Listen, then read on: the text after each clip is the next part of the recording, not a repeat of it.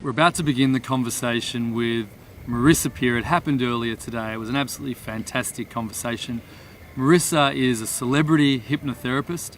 She has taught hypnotherapy to tens of thousands of students around the world, and she's also a best-selling author, speaks widely on public stages all around the world, and she's a truly incredible thinker. And I'm really happy to bring this conversation to the Ideapod community because it can help you go through a very rapid shift in how you see the role of money in your life. Do you actually have an abundance mindset or do you have a scarcity mindset? We're going to explore that together in this conversation with Marisa. She helped me go through a pretty massive shift about halfway through. It's going to be useful to you if you've got a pen and paper handy to take notes as you're going through, especially when we get through the exercise, or you can also use the chat bar on the right hand side to take some notes. If you've got any questions about hypnotherapy or Marisa Peer, write in the chat box. That's going to reach my email directly. But without further ado, let's get to the conversation with Marisa. Thanks everyone for joining me here for this Ideapod Salon. I'm super excited to be with Marisa Peer. I've just introduced her in the intro, but of course you are a celebrity hypnotherapist, a best-selling author, and I just think a wonderful person that helps people to unblock a lot of what's holding people back. Thanks so much for being with me, Marisa. Oh, you're so welcome. It's an honor and I'm delighted to be here. Thanks for asking me. No, it's a real pleasure. So, of course, today we're talking about, I think, one of the biggest issues that so many of us face, which is around money, the role of money in our lives. We grow up understanding how important it is. Many of us grow up with parents that are often talking about a lack of money, and it kind of shapes our understanding about whether we live in an abundant universe or whether we live in a universe that has a complete lack of resources for us to achieve our hopes and our dreams. I think many of the people that have arrived here to watch this salon conversation could probably relate to a lot of the frustrations that many people have around money. I guess just to set the scene, can you tell us why this has become such a big focus for you with some of your online courses and helping people with hypnotherapy? Yeah, it's very much a Western problem. So when we're born, we don't have that concept at all. After all, when you're in the womb, every need you have is met. You have food on tap 24 hours a day. It's always 75 degrees. You're always connected to another person. And small children have no concept of lack. You know, they eat when they're hungry.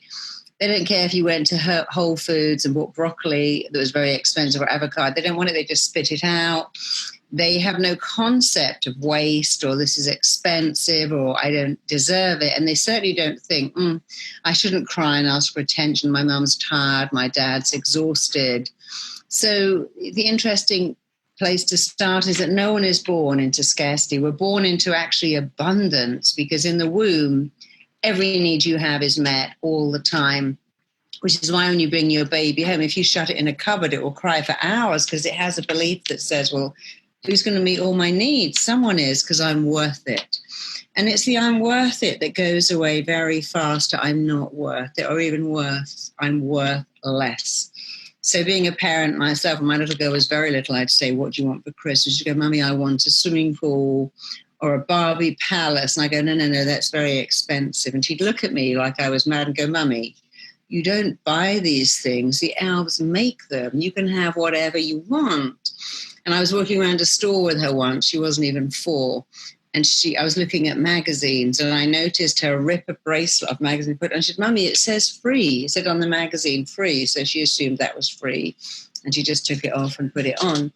And I mentioned that only because small children don't understand scarcity, but it's very easy to wire that in when you start to say things like, we can't afford it. I don't know where to find the money. I don't know where the money is coming from. We haven't got the money. And so many people I work with go back to these same old scenes. Mum is crying because she hasn't got enough money in her purse to pay for something. Mum is frantically trying to juggle either to pay the rent or buy the food or buy a pair of school shoes. So many of my clients go back to these scenes. One of them recently said, I used to come home from school and we had, the letter about the school trip. We're going, and he said, I never even got it out of my bag because I knew my parents couldn't afford it. And later they said, we would have found the money. We said, but I didn't believe they could. So when we're brought up with scarcity, we begin to believe, I can't find the money. Well, no one finds money. You go out and make it. But the way you talk to your children about money before the age of 5 will set their relationship with money. I can't find it. I can't make it. I don't know where it's coming from. It just slips through my fingers. Whereas other people will say to their children, look, if you want something, you can find something to do and you can earn it. I have a friend who's immensely successful. And she always tells the story about when she was about 8, her father said, if you want things, you can have anything you want, but you got to earn it. What can you do? And she started cleaning cars, mowing lawns, doing little jobs that she didn't love, but she was taught you can have whatever you want if you find a way of monetizing your talents. So what we think money is and what we believe about money is influenced by our parents. It isn't just poor parents. There are many wealthy parents who won't spend money on their children, are inherently mean, will go on a skiing holiday and not take their kids, will travel in first class and leave their kid in economy with a nanny and stay in a nicer room and leave their kid in a cheaper place. And in doing that, you send a message which says, I can have this, you can't have it. If you eat different food to your children, like many of my clients with eating issues have parents who will eat chocolate, but they won't let the kids have it. Eat ice cream, but the kids can't have it. And you send a message that says, this is not available to you. And it's a very damaging thing to do to small children because they start to believe, well, I can't have what other people have. And, sometimes I'll meet people whose parents are militant health freaks. So their kid never had McDonald's, never had candy, never had ice cream. And then they become obsessed with food because they couldn't get what they wanted. And I think all schools should teach children how to monetize their value and give them the same message. You can go out into the world and have whatever you want if you recognize you got a gift and you can monetize it. But we don't teach children that. So I guess the question that comes to mind here is around what do you see as the most appropriate mindset for someone to have? So if they hadn't grown up with all of this conditioning around scarcity, around lack, right? Because if we're going to have this total abundance mindset where we can have anything that we focus on, almost like the law of attraction, you just think about it, it's going to come to you. Is that really an appropriate way to be living in this world, or is it much more about a more grounded, sort of focused mindset? I think the law of attraction's done people a great disservice. Focus on whatever you want and it manifests itself. That's not true. Most people who are very successful, the Gordon Ramsays of the world, even the Steven Spielbergs of the world will say, focus on what you want and go out and get it. Go out and earn it. The belief that you can sit in your house manifesting money by believing it will drop from the sky, or manifesting love without actually going out to meet someone is a silly belief, because it's a process. Think about what you want and then think about what you are going to do to get it. There are many people like Oprah Winfrey and Tony Robbins who came from no money, no university education, but they didn't manifest money. They found a career where they could make money. And it's a law of return. You give and receive. You can't just receive. You have to give. So people who are very successful don't just receive money. They offer something of immense value. And I think the trick is to find out, what can I offer the world that is of immense value that the world wants? I mean, here's the thing. People will pay thousands of pounds for a phone, a computer, an experience. We buy stuff and we pay over the odds if we think it's desirable. After all, eBay, very clever. They have this saying, don't let it get away. And they persuade you to buy stuff that has no value, to pay over the odds for it, because it's a form of gambling. How much do you want this? Someone else is going to get it. It can still be taken off you. It can still slip away. It's very, very clever marketing. I've had clients whose partner has to take their computer to work in the car to stop them bidding on eBay, because they have this belief, I need to have it, no one else can have it. But the other side of that is, if you have something people want, they will pay for it. I mean, I work with many, many multimillionaires, and the thing they pay for is art, because they want something no one else has got. They don't care about Mercedes and Lamborghinis, but art, I can have that and no one else can have it, and they pay over the odds. So if you want to be successful and make money, think about what you could produce that people would pay for, and also see it as a great investment. That's the trick. How can you monetize yourself? We all have a gift. What is your gift? How could you monetize it? There's a great story I love about these young kids in London that kept getting stopped by the police, and they had half a tennis ball in their pocket. And after a while, they said, "Why have you all got this half a tennis ball?" And they said, "Well, we put it over the lock of high-end cars and smack it, and it disables the alarm." That was a genius thinking. And the cars that were getting actually employed these kids because they were smart enough to bypass a high-end security system. And that's genius thinking. Take someone who's got a gift for breaking in and get them to work for you.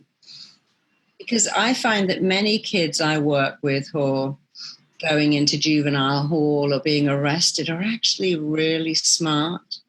But they just think they're a lost cause, and they don't understand that they have something to offer. I think that human beings have almost an infinite supply of creativity, but the question is, how is it directed? It can be directed in very destructive ways, and it can be directed in very productive ways. And I'm really happy that you spoke about the law of attraction in that way. And I also see the disservice it does to many people almost by selling an illusion of instant success. Yeah. And it very much is about that grounded focus and providing value to other people in their lives. And we don't see that people who've made it have worked really hard. We see them as, I remember working with a movie star. People said, "Oh, you're an overnight success." You know how long that night was? 12 years. I sang. I worked in some, I didn't want to do it. It took me 12 years to become an overnight success. Yeah.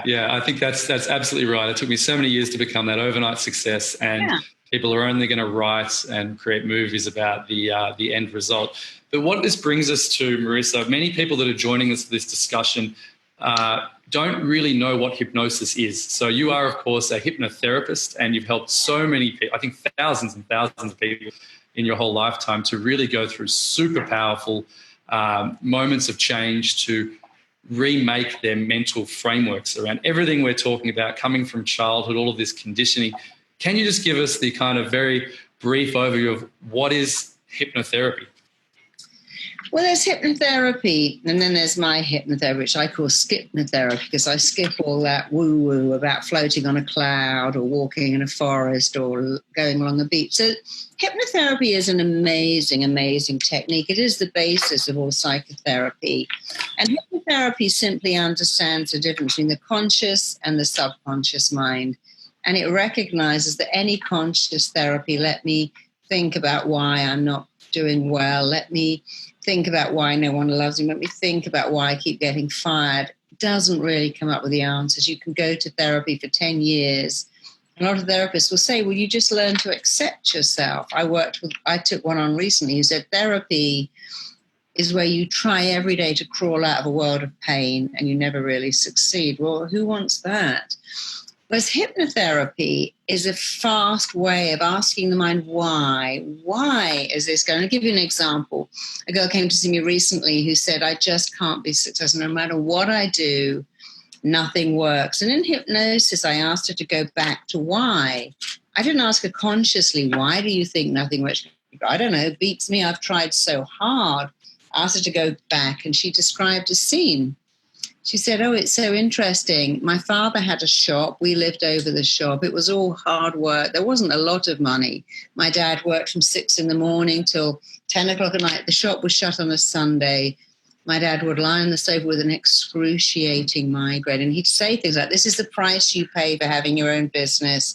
There's never any holidays. It's all hard work. And I remember looking at him thinking, you know what? I'd rather be poor than live like that. I'd rather be a hippie than pay that price for success. The amount of clients who come in and say, you know, I watched my dad take antacids every morning before he went to work. I watched my dad come home and take medication for an ulcer before he could even have dinner. But what they don't realize is they form beliefs. I don't want that. That's not going to happen to me. I'm not going to run after wealth. I don't need that. And so children form these beliefs very early on of what they do and don't want.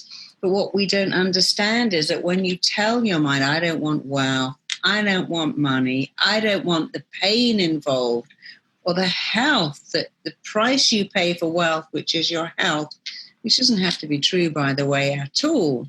When children see that, they form beliefs. They're not old enough to understand what they're doing, but they're saying, I don't want it.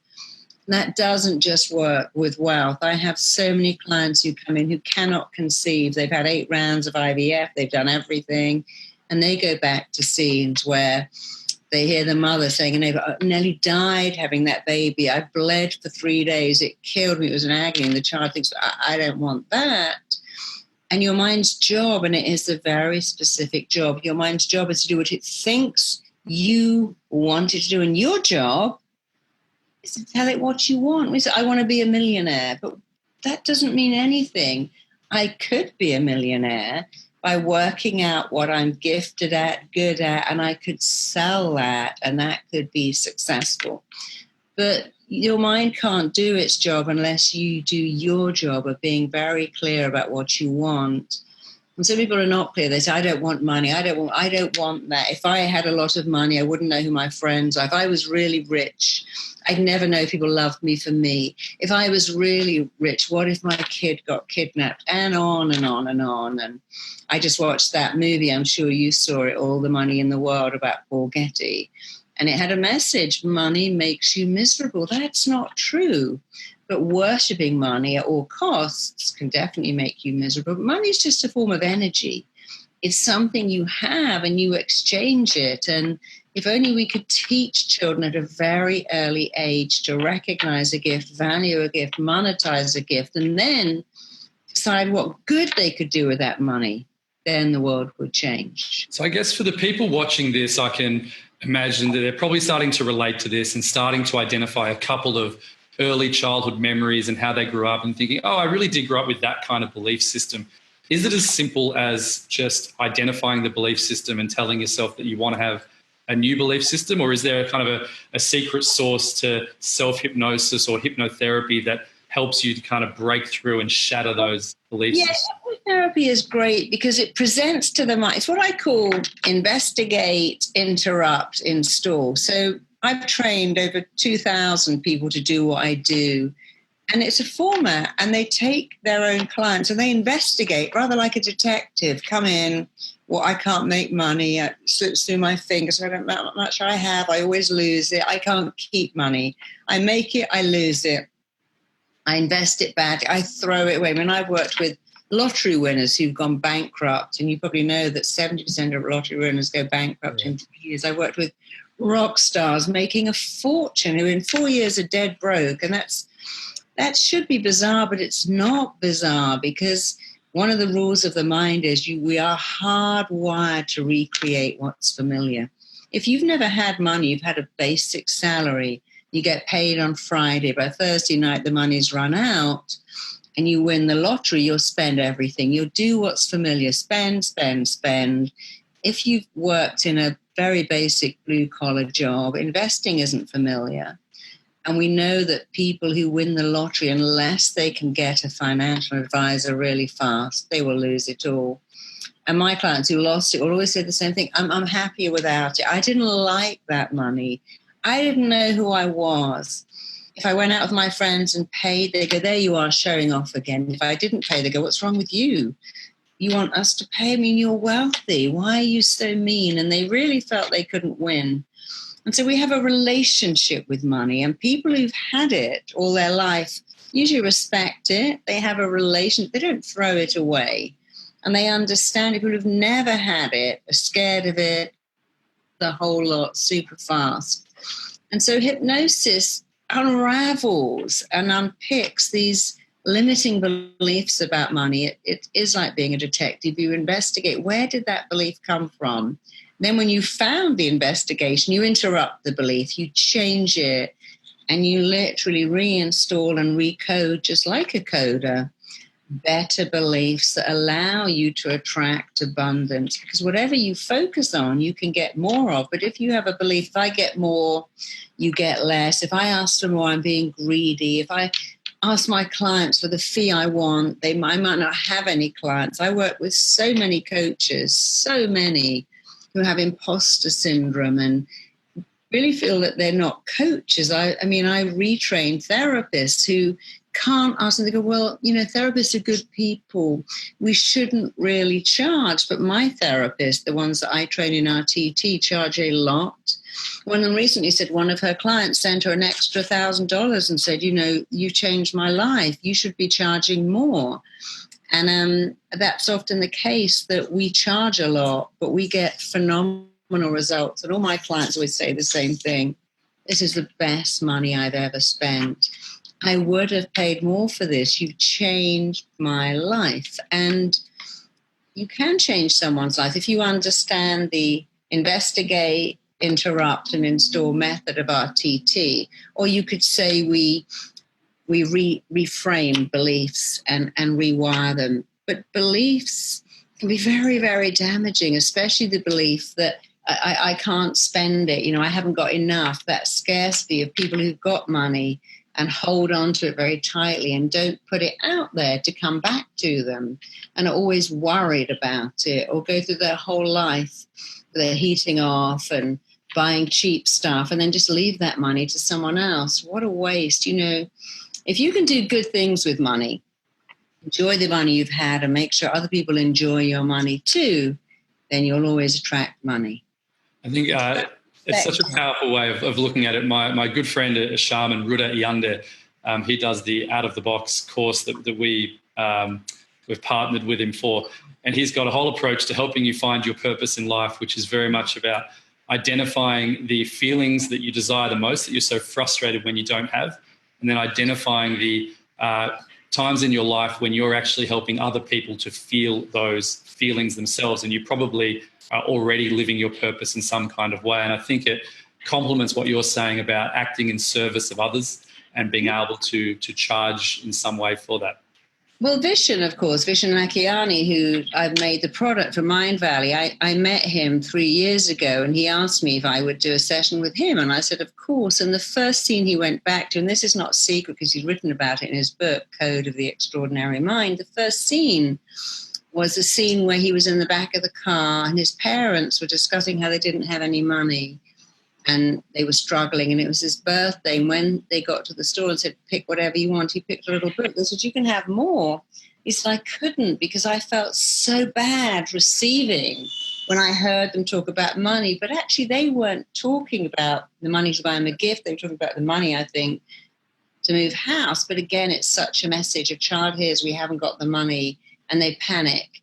His second scene was this lovely teacher at school that everyone liked, who was dead broke, and the belief that good people should not have money. And his third scene was a teacher who didn't like him and humiliated him. And then he formed another belief: never draw attention to yourself. And Vishen didn't speak the way he speaks now. And then when we uncovered those beliefs and got rid of them, it changed everything. And I worked with someone recently who's head of a major television network. She has 4 homes all over the world, enough money to never work again, and yet is always worrying about money. And when I said, but why? She said, I don't know. I said, but your mind knows. And back she went to a scene where she walked in on her very elderly father saying to her grown-up brother, you're going to have to help me pay her school fees. It will kill me if I have to keep working, because she was from a second marriage. And the brother didn't want to. He had his own family. And in that moment, she had a belief, I must make the money myself, but I can't. I'm 11. I have to find the money, but I can't. And when you start to have that belief, I've got to get the money, but I can't. My mum's crying because she can't pay the heating bill. So I've got to fix that, but I can't. The child grows into an adult with this fear of never having enough. And even if they're millionaires, they don't enjoy it. They worry about it running out all the time. They're in a scarcity mentality with money, no different to someone in a scarcity mentality without it. And so what hypnosis does is it smashes that mentality away. It gets rid of it. There is enough money in the world for everybody. It's very unfairly distributed, I know, but there is enough money. And if you can come up with something that will use your skill, you'll be absolutely fine. Well, I've got so many questions coming to mind, but what I'd love to do, if it's okay with you, I know that you do a few very brief hypnotherapy sessions for the audience of, salons, online webinars like this. Is there anything we're able to do to help people to identify some of these blockages and even move through it right here and now?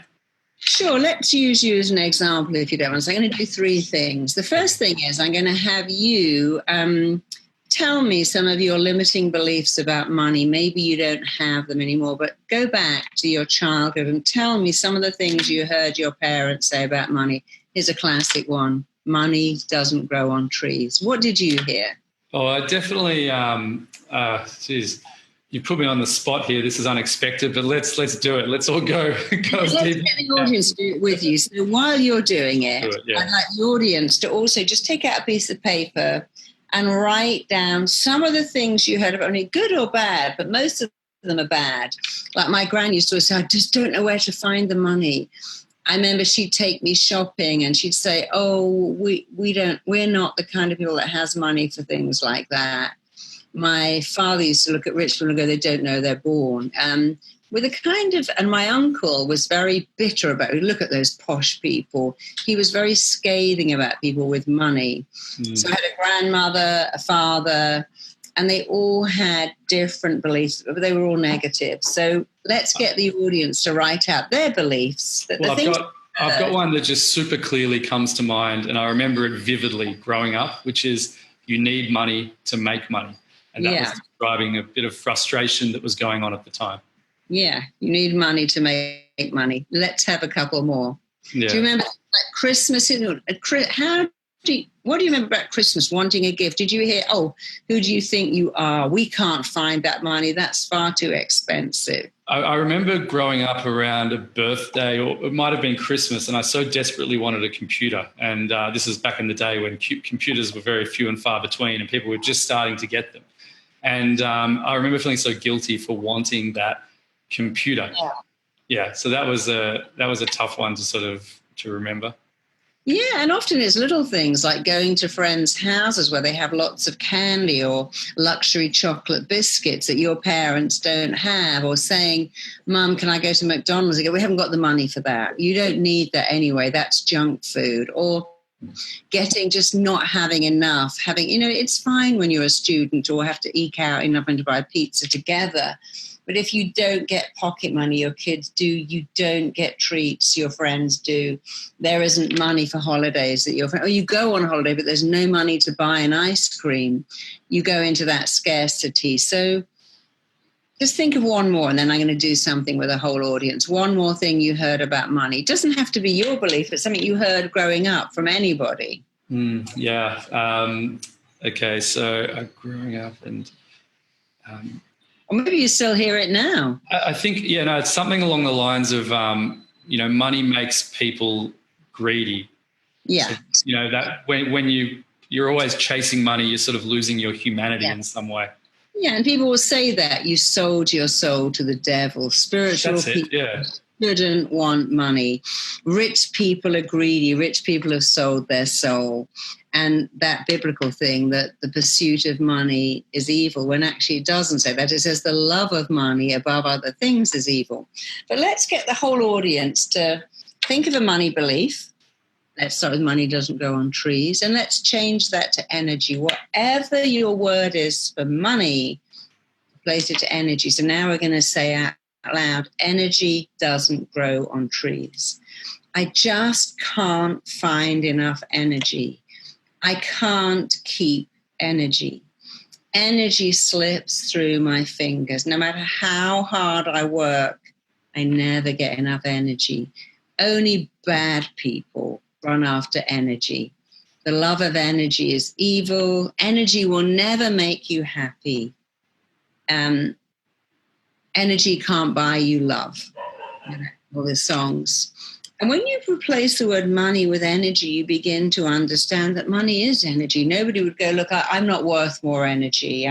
Someone else needs it more than me. If I ask for more energy, you might get less energy. We would never say that because it's silly. But yet we do have this belief. And these songs, Money Can't Buy Me Love. song I remember is girls don't like boys, girls like cars and money. You can remember some broken-hearted kid writing that. But they're not true. So when you put in the word energy, you realize that money is simply energy. It's an energy you can attract or repel. It's an energy you can attract and maintain or repel depending on your beliefs. So now let's do something else. I want everyone to just breathe in, just take a deep breath in and breathe out. That's easy. You're giving and receiving. But now I want you to breathe in again. And I want you to give that breath away. Just breathe out. But I want you to keep giving, giving, giving. Breathe out. Do not breathe in. Keep breathing out. Keep breathing out. Keep breathing out. Breathe out more. Give more of that breath away. Give even more of that breath away. Keep going. Keep going. Keep going. I want you to keep giving until it feels uncomfortable, until it feels unnatural, until you realize that just giving is not good for you. And when you can't stand the giving of that breath away for another minute, take a breath. Now be a taker. Breathe in and start taking, taking, taking, and taking. I want you to keep taking. Keep breathing in. You know you can hold a breath for 4 minutes, so keep going. Breathe in more. Breathe in more. Breathe in more. Keep taking more of that breath in. And I want you to keep taking again until it starts to feel uncomfortable, until it actually starts to feel unnatural. And when it feels uncomfortable and unnatural, give that breath away. Breathe out. And now just breathe normally. Give, receive, receive, give. Give a breath. Take one back. Take a breath. Give one away. Because now you have the balance that nature actually insists on. Nature insists on a balance. If you just give and keep giving and give of your services, like many coaches and therapists, and don't charge enough, you have no balance. If you're a taker that takes and doesn't pay and lets everyone else pay and takes a lot of money, doesn't really give a service, you also have no balance. So those first two things are just little tricks to make you recognize that if you can breathe by giving and receiving, you can go out into the world and say, I have a gift, I have a talent, I have a skill. And if I give of myself, I can receive. If I give something of value, I can receive phenomenal value back. My heart is giving and my hands are receiving. I give and receive. I give of my talent, but I get paid very well for what I do. After all, if you're an eminent surgeon, people wouldn't expect you to do that work for nothing. If you're a phenomenal accountant, people wouldn't expect you to give that way. If you're an incredible lawyer getting someone off a case, they wouldn't expect you to give of your services for free. And actually, when you're really good, people expect you to charge more. When they do, they think you're better. People come to me and go, I know you're amazing. And they never query my fee. And some of that is because they have a belief, oh, this is going to be so worth it. And it always is, because I give and receive. Of course, as I've got more successful, I can now give away a lot of products for free, because I now have the money to make those products, to record them, to go into a studio, to do the artwork, to give them all away. I couldn't do that when I was a therapist, charging not enough money and always worrying about the next client and having that kind of imposter syndrome. So when you can do good with money, you can attract money. I think I really enjoy the honesty with which you share your own story, that you've gone through a lot of this yourself, and it's through life experience that you've figured this out about money. The other thing I'm fascinated by is your role as a hypnotherapist, working one-on-one with people. And I know it's very difficult to be able to get the time with you to do a session like we just did and to go even deeper. But you have also partnered with Mind Valley, for example, and I know you do other online courses as well. And that's all about making it much more available to a very wide number of people all over the world. Can you tell me a little bit about the difference between working one-on-one with someone and actually doing something like an online course where people are consuming these, I guess, premium videos and doing activities and everything. Is it as powerful? Is it more powerful, less powerful? What's it? One-on-one, I mean, the benefit of one-on-one is you have a client in front of you and they feedback. You ask some questions. Let's go back to why you have these money blocks. Where are you? And they'll say, oh, I'm at school. I'm the only kid wearing secondhand clothes. Everyone's laughing at me. We don't have money. And so I can then work with the information they give me. When I'm doing it with a group, obviously they're not feeding back information, but it doesn't really matter because we all have the same money blocks. There aren't that many. I mean, here they are. I'm not worth it. I don't deserve it. I've never had it. It's unfamiliar to me. I don't know how to get it. If I get it, people won't like me. And that old tribal need to stay the same. You know, in tribes, we survived by not moving out of our comfort zone. We lived in a walled city and we were safe. And we still have that fear. If I'm different, it could kill me. Because once upon a time, it would. No one in a tribe said, I think I'll go for a 10-mile hike and find another tribe and hang out because they might have eaten you. So we have this block about doing something new and unfamiliar. And our mind is really wired to return to what is familiar while avoiding what is unfamiliar, which is why we have 6 generations of people on welfare, because it's familiar to them. And that's totally wrong that we see people who say, you don't need to work, the government will pay for everything. And that's a great problem, that we're making that far too familiar when we should be showing people how to make their own money. So it's a question of getting the mind to make what is unfamiliar familiar. Our mind is wired to resist what's unfamiliar, but you can make anything you like unfamiliar over time. And there are many, many people doing great work showing people how to attract wealth. You know, I used to take my daughter every Christmas to feed homeless people. And it was a wonderful thing because I'd come back in my house and feel like a multi-millionaire. I had a heat, I had bedding, I had a sofa. And I'd always say, you know, darling, we're so wealthy. Look at what we have. And we weren't wealthy at all. I was a single parent. I'd been left with a lot of debt, but I always felt wealthy inside. And I think if you can feel that, you can attract it. And so when you're working one-on-one, you can get the information, but with a group, it doesn't make any difference. I mean, somebody wrote to me recently and said, I really want to do your course, but I can't afford it. I'm a starving artist. And there's a belief. She said starving. She wasn't starving at all. She ate every day. But that picture in her head, I'm a starving artist. Artists are starving. If you're a good artist, you shouldn't be commercial. And I sent her my money program completely free.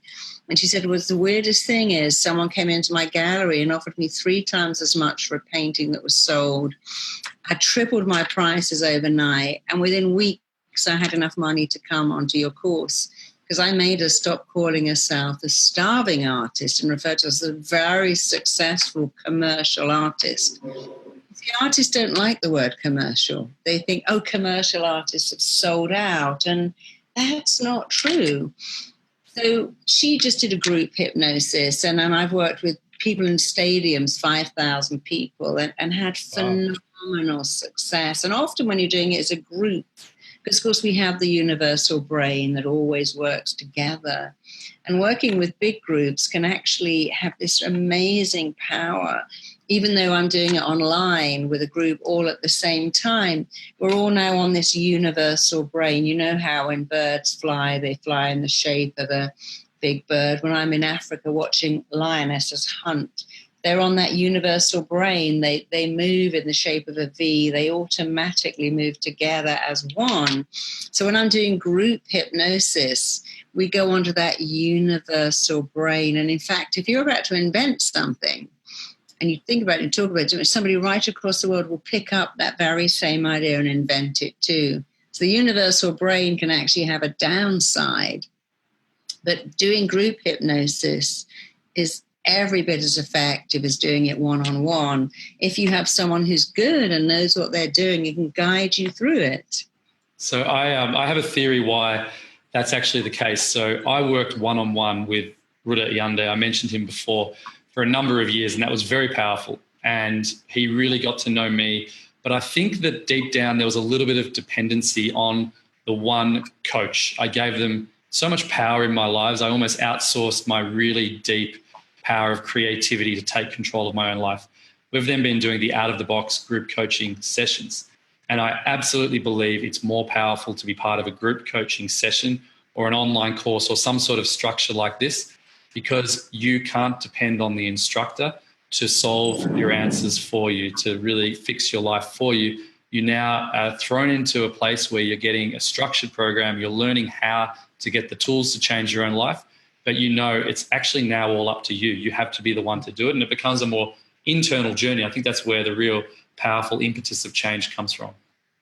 Yeah, and of course you get that group feedback. We know that if you join a peer group and commit to doing something, your chance of doing it is 80% higher than on your own. I know when I wanted to write my first book, I joined a network of people and they said, okay, the next meeting, turn up a proposal. And on my own, I wouldn't have done it, but I had to do what I'd committed to.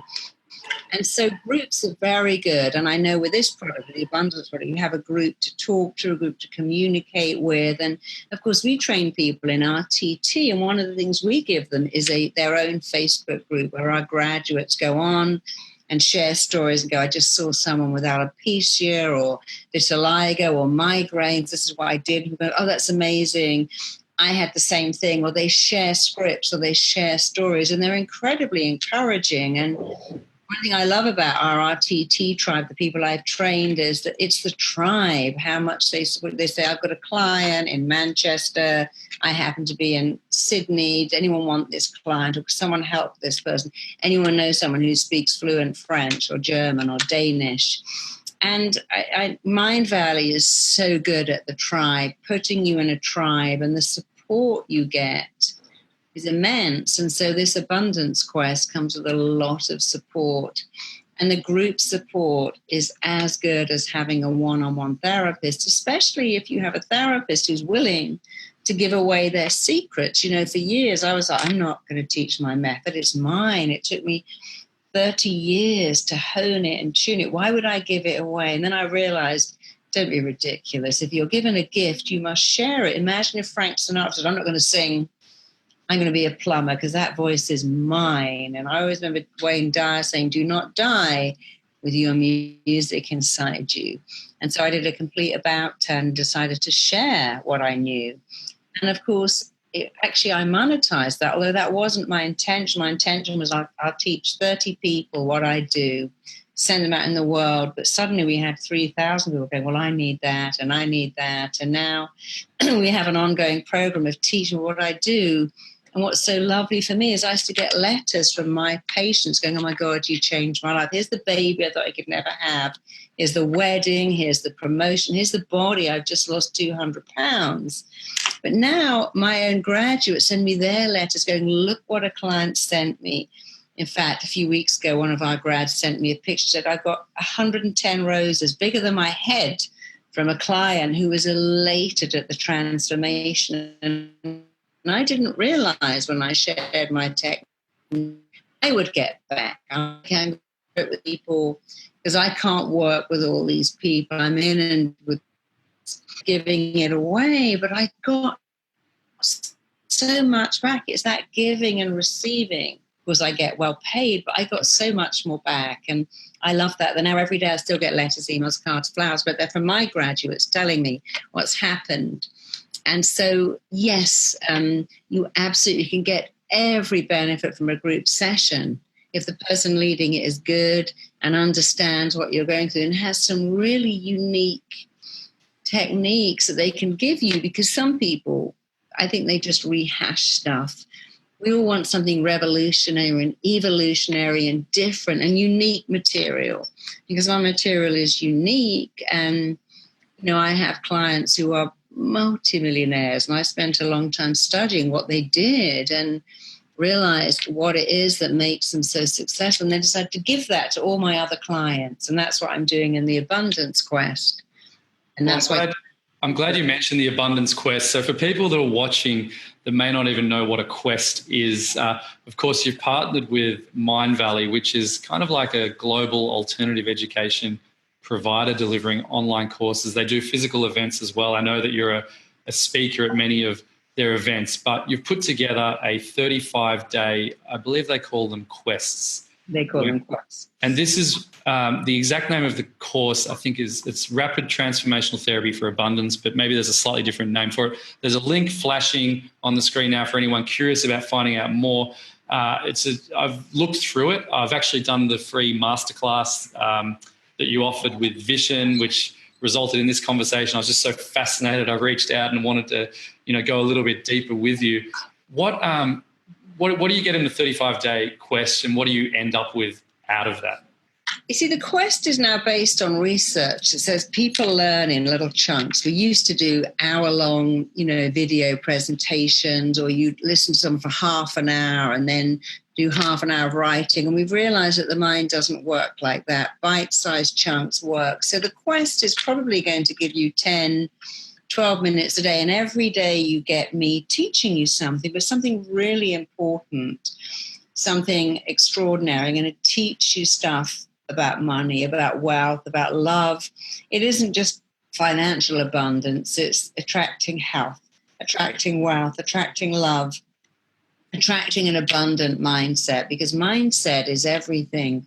So every day for 35 days, you get something new and you just listen to it, but it will challenge you and interrupt you. It will interrupt your old thinking. And then you get, after every 7 days, you get these fantastic, I call them recoding audios. We might call them hypnotic recordings, but hypnosis is moving on so fast. And when you understand neuroplasticity and how the mind works and the syntaxes of the brain, you realize that like a computer, you can recode. After all, if your computer's full of bugs, it slows down, doesn't work well. And we have bugs in our mind, these old beliefs. I can't do that. I don't know how to do that. Who am I to get a book published? Well, J.K. Rowling thought like that, and many, many millions of dollars later, she doesn't think like that at all. And so you recode the mind, you get rid of the bugs, you install new hardware, you upgrade the software. And it's a particular technique I've formulated over many years about getting the mind to lock on to new beliefs about wealth and abundance while simultaneously smashing out the old ones and getting rid of them. So you have 35 days where you get maybe a 10 to 12 minute presentation, but it's really like a lecture, but it's fun. It's not me being boring and droning on. It will challenge you. It's quite interactive. And then you get every 7 days, you get a brand new rewiring, recoding audio to reinstall in you better software. We spend so long updating our computers, but we should be updating up here every day. And at the end of the 35 days, you've really changed the neurons in your mind. I mean, it is scientific. It's not that, let me just wish and believe and vision. I'll get a vision board and vision money. A vision board is great if you vision how you're going to make the money. Anything of significance will require you to do something new. I'll give you an example. I had a vision of writing a book, and it wasn't hard to write a book. I wrote a book. That was good. But here's the next step. How do I get that book published? I did that too. But then here's the next step. And that was the hardest thing of all. It took me longer to write all the publicity for that book. I loved writing the book. I was thrilled to get it published. I got a big advance. But then I had to spend more time than I ever spent writing the book, writing articles for women's magazines that I never read, writing stuff that didn't interest me, writing silly little, doing Q&As. I had to get that book to sell. And I know John Gray very well. And every day he works on selling Men Are From Mars, Women Are From Venus. So it's the stages. You want the goal. What are you going to do? My daughter says, Mum, why are you working? I'm like, baby, I'm a writer. You can't just make a product. You've got to be a marketer. My daughter's a very talented artist, but she's never really got the marketing side. It's great to knock out amazing products, but you have to market yourself too. You can have a great product. No one knows what it is. Now what you're going to do? So it's the ability to have a vision, but the best vision in the world won't work if you don't work. If you just go, I've got a shop, it's full of great stuff, no one's turning up. We know that every third restaurant goes bankrupt because people think you can open a restaurant, make amazing food. People will show up, they won't. You need some gimmicks. My husband happens to be a phenomenal, extraordinary marketer, probably one of the best in the world. And I'm so lucky that we have each other because we're a great complement to each other. But you see that the secret doesn't say that. It says, wish upon a star and it will drop in your lap. No. Have a goal, decide where you're going, decide what you're going to do, what you're going to learn, how much time you're going to invest. You're going to spend your weekends marketing, writing, doing stuff to get your product out there. And I had to do that with my first and second book, and indeed with my recent book, which is called I'm Enough. But if you want something to sell, you can't just sit back and let the fairies turn up and sell it. You've got to go out there. And, you know, even people like Tony Robbins, he works really hard. Yeah. He's not swanning around on a yacht 6 days a week. He's passionate about re-educating people, and he works hard. People like Oprah Winfrey, they still work hard. They don't sit in a castle going, oh, I've got staff to do everything. No, I still have to check copy. I still have to check stuff. I can't give all that out to other people. But I love what I do, and I do what I love. But I accept there's work involved, but I love it. I absolutely love that description, Marisa. I know we're running out of time, but thanks so much for giving that overview of the quest. I think it's very powerful because creating change in your life isn't as simple as changing the vision of what you want. There's a whole lot that comes with it. It requires, call it rewiring the brain, changing the kind of body, changing elements of your life, and getting a 10-minute session similar to what we've been through today, I think would be very, very powerful. I've loved this conversation. You've helped me immensely. Even just that very simple trick of changing the word money for energy. It shows me the absurdity of a number of my deeper beliefs. And I'm excited to see what's going to come from that. And I think that people watching this hopefully are feeling the same way. And if they want to find out more, I know there's a link right below. They can find out about this abundance quest. But of course, you do a whole lot more as well. So that was just a tiny sample. And of course, it has a full money back guarantee, so you can invest in it. And that's another thing, you know, don't ever use the word buying, investing. I'm investing in myself. And so I never say to my clients, my fee is X. I say the investment to have a session with me to change your life is, and they always say it's the best investment I've ever made. So there's so many little tricks and tips, and we've just given you a teeny amount, but that program is chock full of actually real workable research methods that will change your mindset, which in turn will change your money, your health, your wealth, your whole life. And it really works. In fact, I know that one of the reasons of partnering with Mindvalley is they make it available to so many people, and they often offer discounts. Now, I don't know what the latest discount will be, but if you click on the link below, you never know what you're going to find. You might be instantly it may be a little bit cheaper than you'd be expecting. So, and money back guarantee. If you go to our site, marisapeer.com, we give away free products all the time. So if you're thinking about the abundance quest and thinking, can I afford that? You can, because it has a money-back guarantee. But you can also go to marisapeer.com, pick up some free products. We give away stuff all the time. You can go to rapidtransformationaltherapy.com and find out what that means to either go through or become a rapid transformational therapist. Or you can do the RTH, Rapid Transformational Hypnotherapy Abundance Quest. And whatever you do, I wish you well. I know it will work. I believe in it because it's changed my life. My whole life is revolutionized by just changing my thinking. And the great thing is it's free, it's instant, and anyone can do it. And when you do it, your life becomes extraordinary. Well, Marisa, thank you so much for being here. Thank you to the whole audience for joining us for this amazing session. We're bringing you some of the big ideas, and it's not just about new big ideas. It's how to implement them into your daily life to create very powerful change. Really appreciate your time, Marisa. Thanks, everyone, for joining me. See you all soon. And grow in abundance. Start today. Thank you too. Thanks for having me. I'm very flattered. Thank you. Bye.